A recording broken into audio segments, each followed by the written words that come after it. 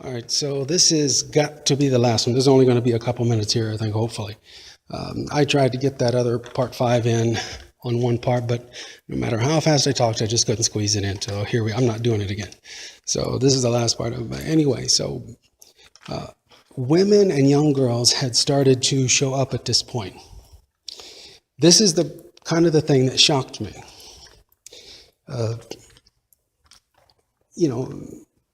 Because it seemed the count seemed to be more than what was there before, because I know there was no females there. Of all the big, huge group that had been doing this to me all night long, there was no females in that. There was that day, but not here at night. So all of a sudden they had shown up, and of course after I'd gone outside, I was trying to talk to these, supposed officers. It was very obvious that they had all come for a specific reason. Now, I wouldn't think that they would come just because of me, but people at this point, nothing would surprise me with this group of whatever they are. Like I said,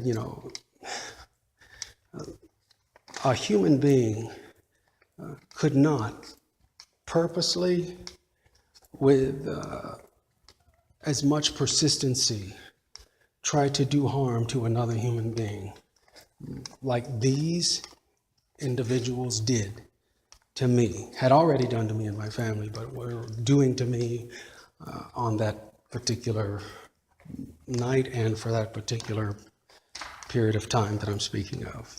Absolutely just ludicrous, crazy. There's no words in the English language that can describe that.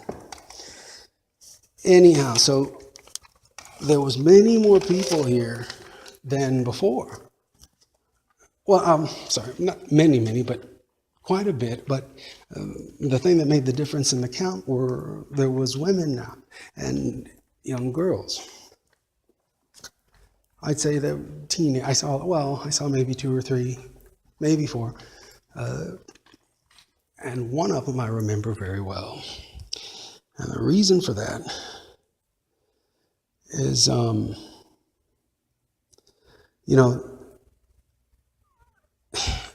okay, when I had just exited that convenience store, and I was out talking to the officers, the supposed officers.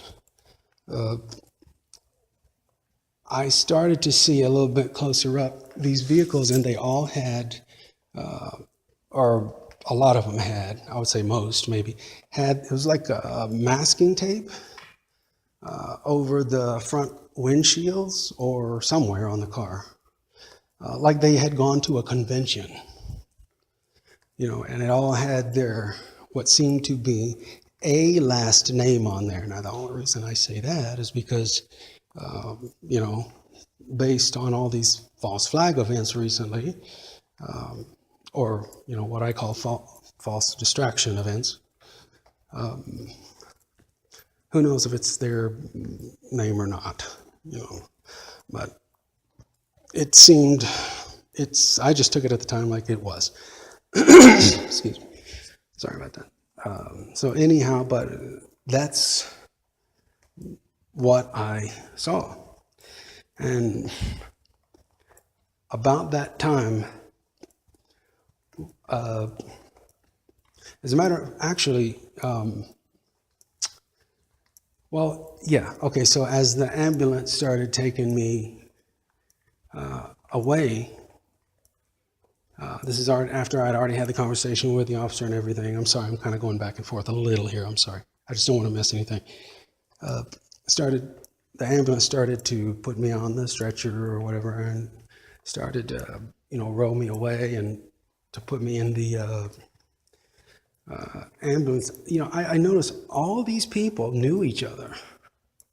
I mean, like they were all family. Like they all started high-fiving.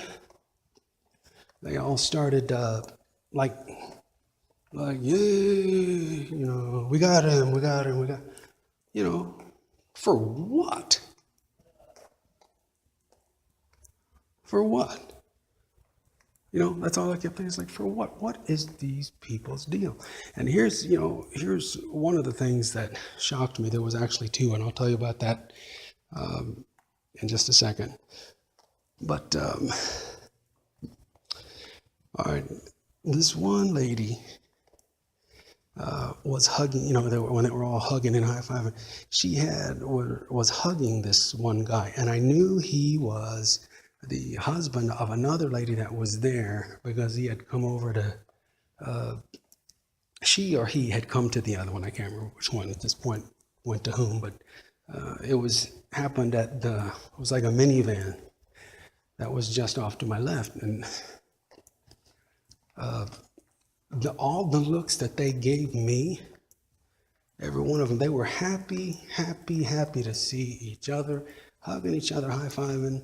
But when they looked at me, like I had either done something really bad to every single one of them, which I have no idea what, or like maybe I was trying, or not trying, but maybe because of me, they were in danger of losing something very precious to them, like, oh, I don't know, you know, like they already caused myself to do so, you know,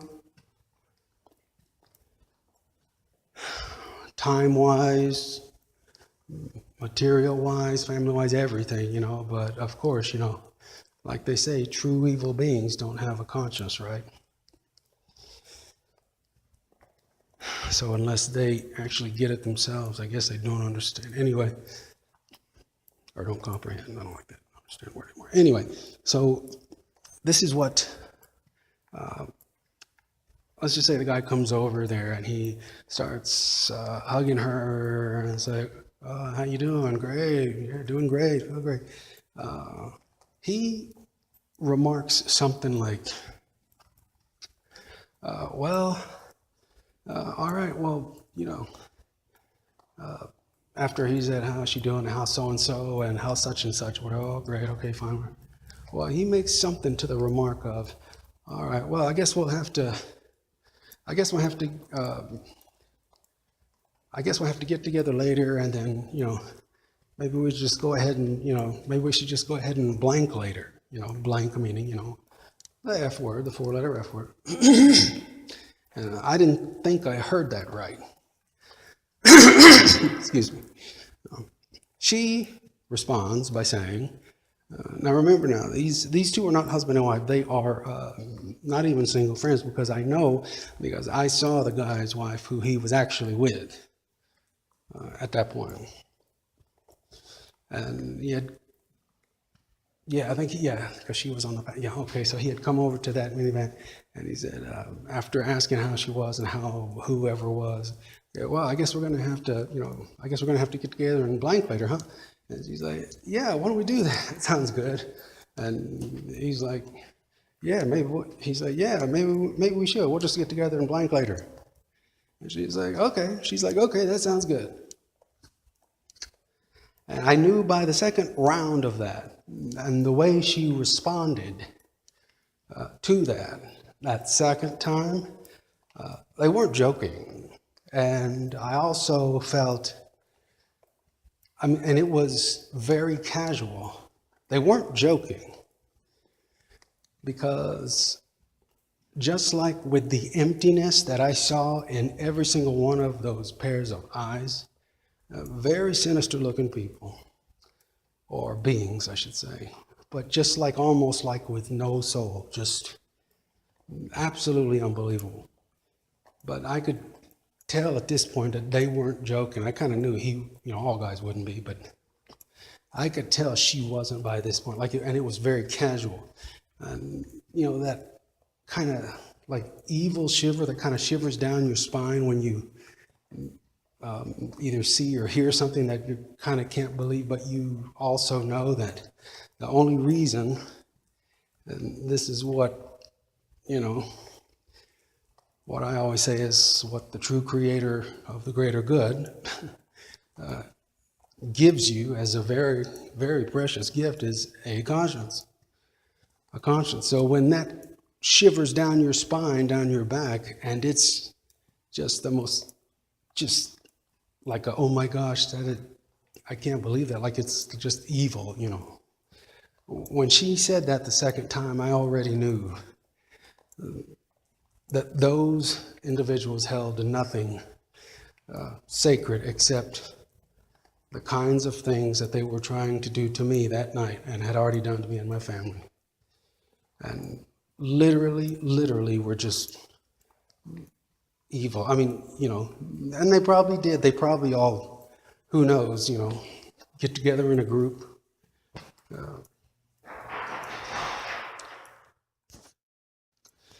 Okay, so, but anyway, that's what I'm trying to say. I mean, it was just, that's one of the things that shocked me because it seemed like they were all there like for some convention or something. I mean, it's like everybody knew each other out there.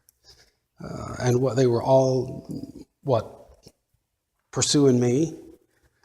They all came down from wherever just to pursue me. I mean, I kind of find that hard to believe, but nothing surprises me anymore, people. You know, and I will be willing to bet you, I cover this in another segment, but, and, you know, I can only wish I was making this up, but I actually we never had this in our little small hometown, little town America ever. A very big group of hot air balloons that just happened to sail right over, like 50, 100 feet right over my backyard before, you know, they committed their grand larceny. Everybody taking pictures like you wouldn't believe of, let's see, my backyard, right? Because in my home, because I guess maybe they mistook that for Graceland. You know, it's a little, no, it's way too obvious, people, okay? I'm sorry. But this is the stuff that nobody knows about, okay? Anyhow, this is the last part, and this is the second part that shocked me. When the officers got there to this place, in other words, when I had prolonged it long enough to where, you know, the 911 call was forced to happen, this, I'll never forget her, this girl, young, she was either between like 14, 15, 16 at the most maybe, sandy blonde hair, she had blue jean, torn shorts, short shorts, with a tank top and like Converse sneakers with no socks. She, you know, like they intercepted my 911 calls however many nights before that. She actually intercepted the police when they got there that night. And begging and pleading, rocking back and forth from foot to foot with this officer to believe her story. She had motioned her hand over, pointing toward me. I'm like, who the heck are these people? You know, and obviously she had been put up to that.